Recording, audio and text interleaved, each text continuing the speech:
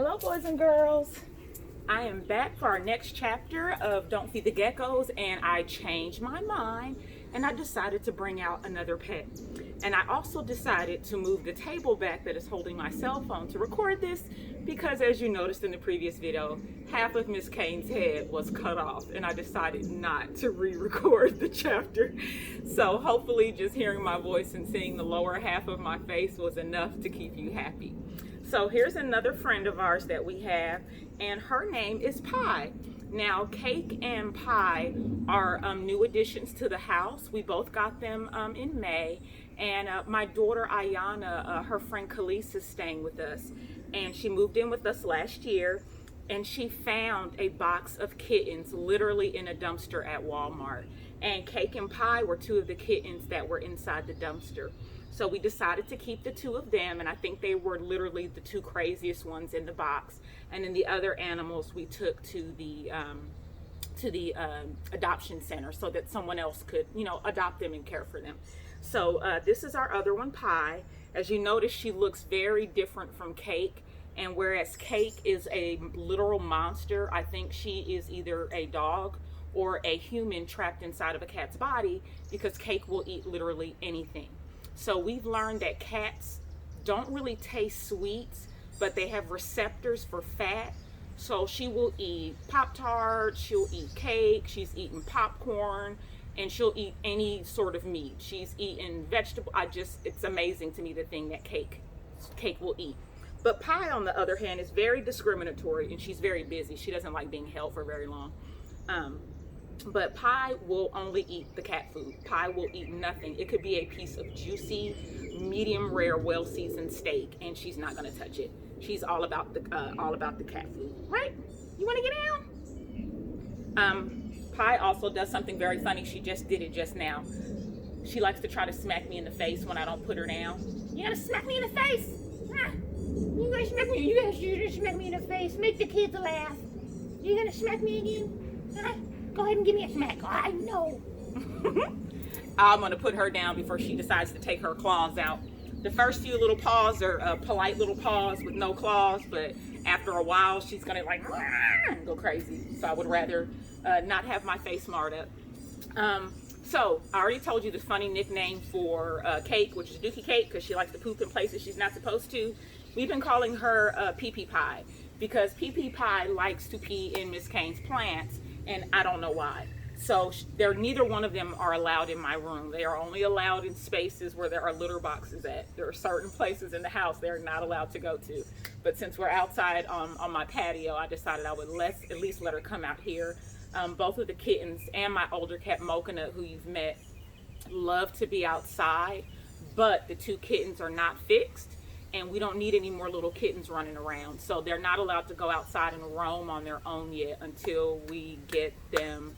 I don't know which one is spayed or neuter, which one is for the male or female, but they need to be something. So anyways, let's get on to our next chapter of Don't Feed the Geckos.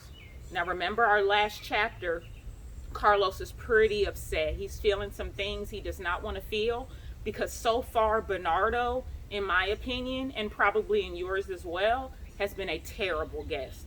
So let's see what happens in chapter 5, first day. As soon as they enter the schoolyard, Mommy, Issy, and Bernardo go one way to the office, and Carlos goes another to his line. He feels relieved. That's your cousin? Gavin asks, as Carlos slips into the line behind him. They have to wait for Miss Shelby Ortiz to pick them up from the yard. They're supposed to be standing like soldiers, hands to themselves, mouths zipped, facing straight ahead, which I believe is absolute appropriate hallway protocol. Gavin, Richard, and Carlos watch Carlos's mom walk Bernardo into the school building. He's kind of big, Gavin says. Yeah, Carlos agrees, rubbing his shoulder absently.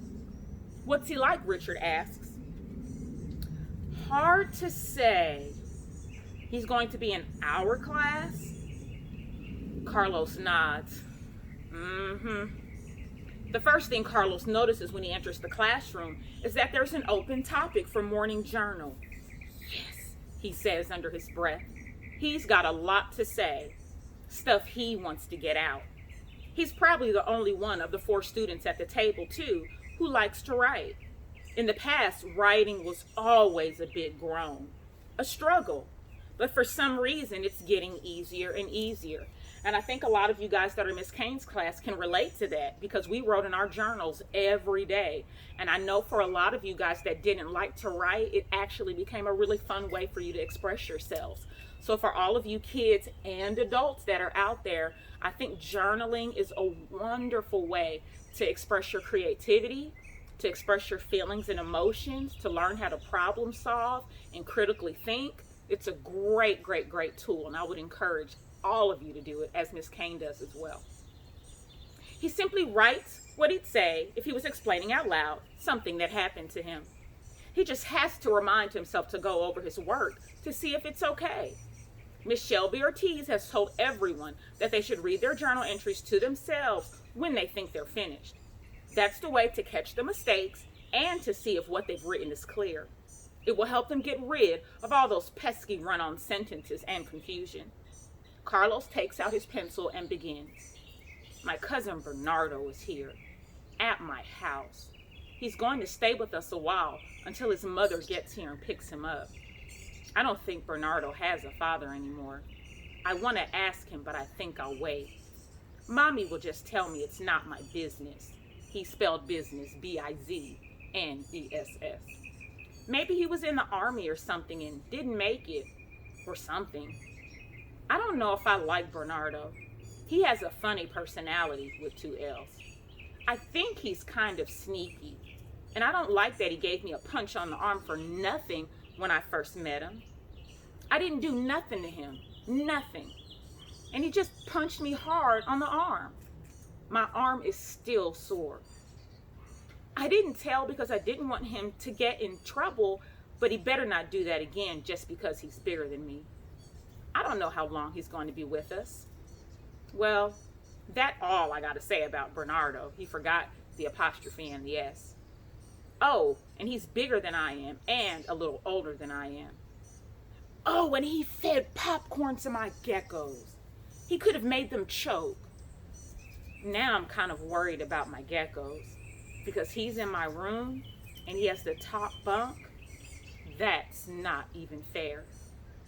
Carlos reads over what he's written under his breath. It sounds good. He looks around. Almost everyone is still writing. He knows he should take out his sustained silent reading book, but he chose the wrong one. It's really boring. He'd like to get another book, but Miss Shelby Ortiz says you need to give some of them a chance. Stick with them because they can start out boring and then get good later. Sometimes Mommy will say, go in your room and read and don't come out for 30 minutes. Then she'll warn, and if I catch you playing with a video game or looking up something about some animal, I'm going to have you sit at the kitchen table and read right in front of me. And I'm going to take that video game and you won't see it for a month. Sometimes he wonders if his mother just Sometimes he wonders if mothers just think up stuff to make kids miserable. When she says this to him, he'll go into his room feeling like he's been punished. And I'll be honest, no one should feel like they're being punished to be made to read. It should never be a punishment. It should be something enjoyable to do. He'll start reading, but before long, his mind will be wandering all over the place, just on its own. He'll think of soccer, the different ways to pass the ball. Then he'll start looking at the video game on his dresser, wanting to play it so badly. While he's reading, the video game will keep popping into his mind, or he'll remember a pass he messed up during the last soccer game. Mommy will call out, "How you doing up there?" with sign of the arrow. There's the picture of him. Again, I hope you guys can see that okay. And he will say fine, but he won't be doing fine because Mommy got the book from the library and read it herself, and there will be questions, detailed questions. That I love. A parent should absolutely read the same book their children are reading, and absolutely ask them questions to make sure that they're getting the details and the critical information in the text that helps it be easier to understand. She loved the sign of the arrow when she was little and told him you'll love it too. And he believed her. For one thing, it's a boy book and it has a lot of adventure, she'd say. Yeah, he could tell by the picture on the cover of a boy hiking along some mountain trail that it was going to have adventure. But the adventure has been slow to build up, and he keeps skipping pages looking for the good part. He skips ahead for a few pages, goes back to where he left off, and tries to remember what happened.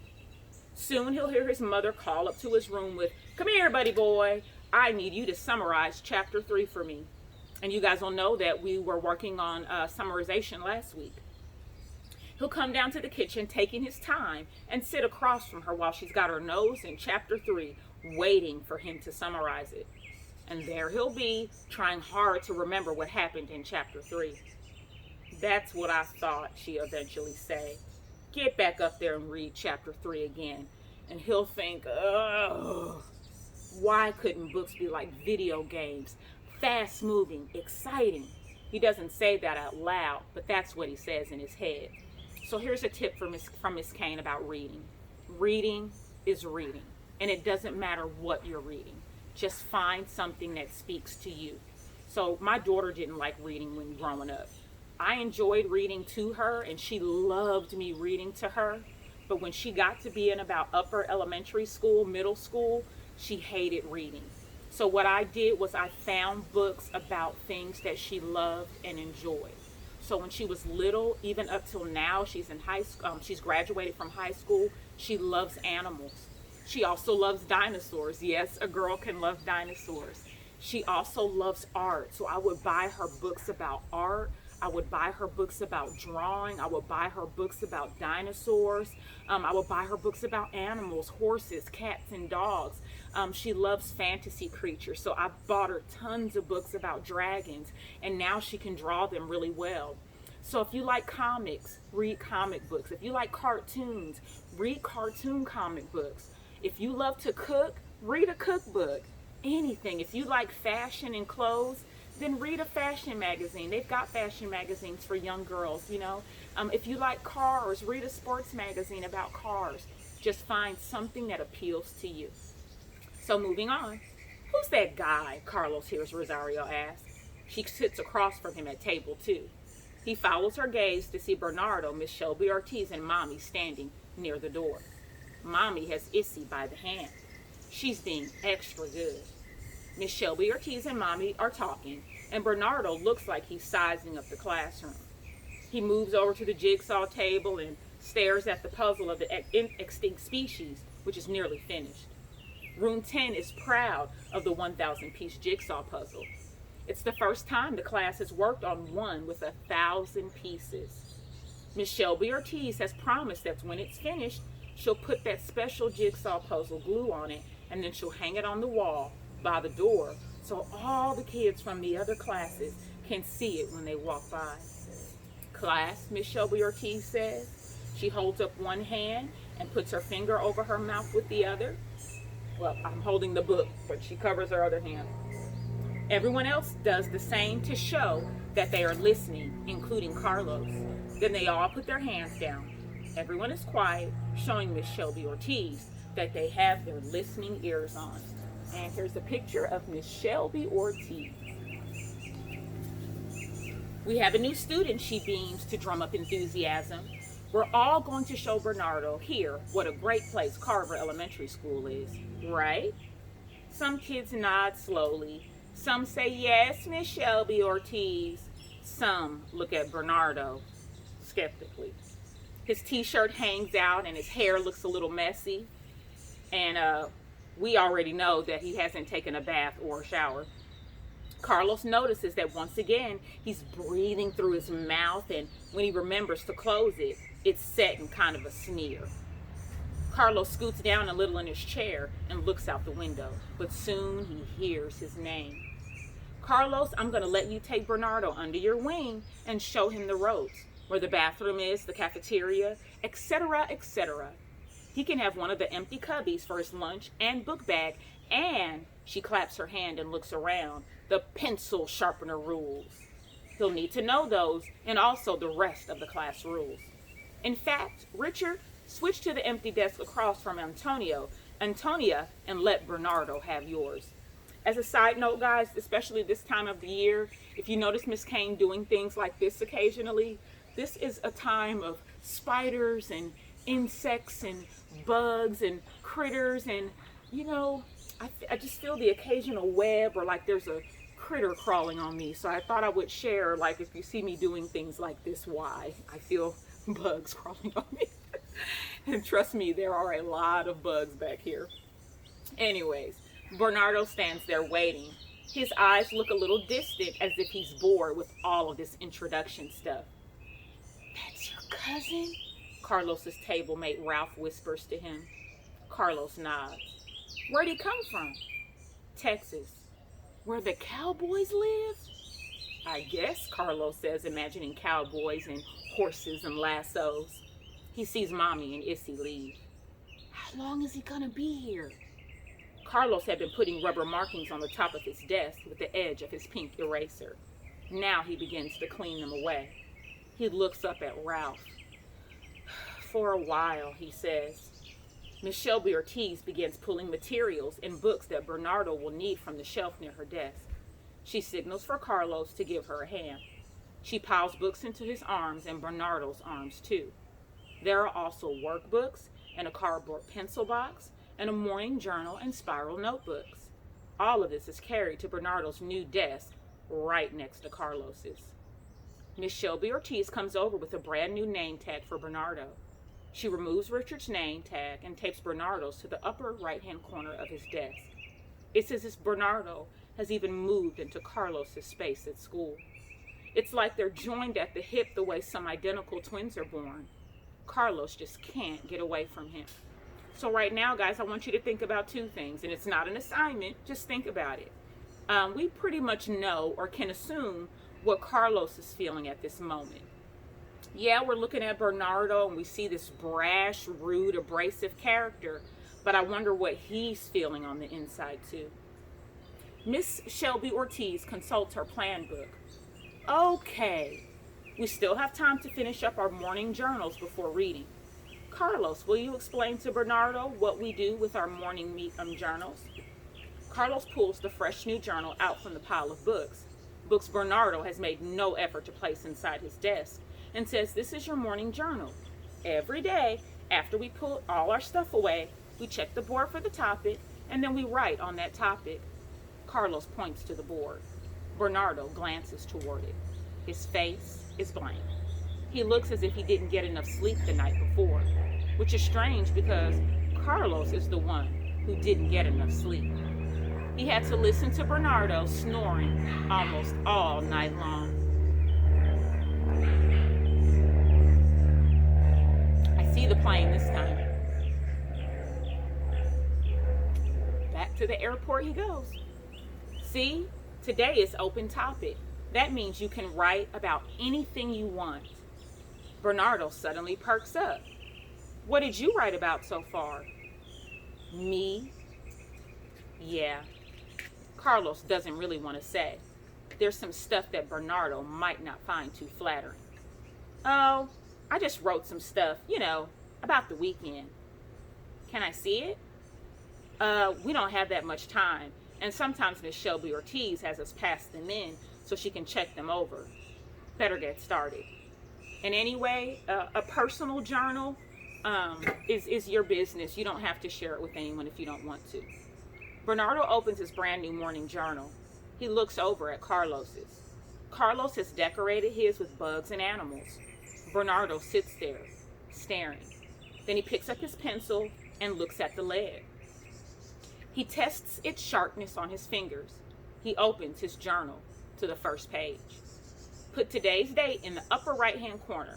That's what Miss Shelby Ortiz tells us to do. Bernardo looks up at the board to see the date, then proceeds to write it in the upper right-hand corner of the page. He has to look up several times to get the spelling right. Carlos can hear him breathing through his mouth.